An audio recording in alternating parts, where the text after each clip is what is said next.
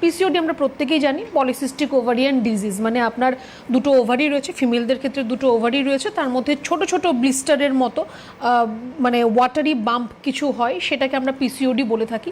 PCOS polycystic ovarian syndrome, এটি আমাদের যে হরমোনগুলো রয়েছে, যদি অতিরিক্ত পরিমাণ অ্যান্ড্রোজেন হরমোন যদি আপনার মধ্যে থাকে, which is a mail hormone, তার জন্য আপনার পিসিওএসের সমস্যা হবে। পিসিওএস থাকলে আপনার পিসিওডি হবে।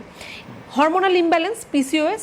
পিসিওডি হচ্ছে আপনার সিস্ট, ওভারির মধ্যে যে ছোটো ছোটো আপনার সিস্টগুলি হচ্ছে, সেটাকে আমরা পিসিওডি বলে থাকি। এখন প্রচুর কেসেস আমরা দেখতে পাই পিসিওডির, আর এটা এখন যেমন আগে ছিল যে প্রেশার সুগার ঘরে ঘরে, পিসিওডিও এখন দেখা যায় যে আপনার ঘরে যদি 3 জন মহিলা থাকছে, তার মধ্যে 2 জনের মধ্যে পিসিওডির মতো সমস্যা রয়েছে।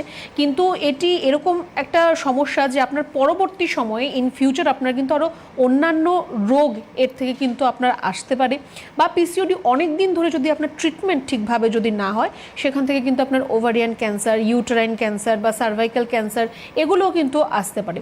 প্রচুর পিসিওডির আমরা কেস পাই।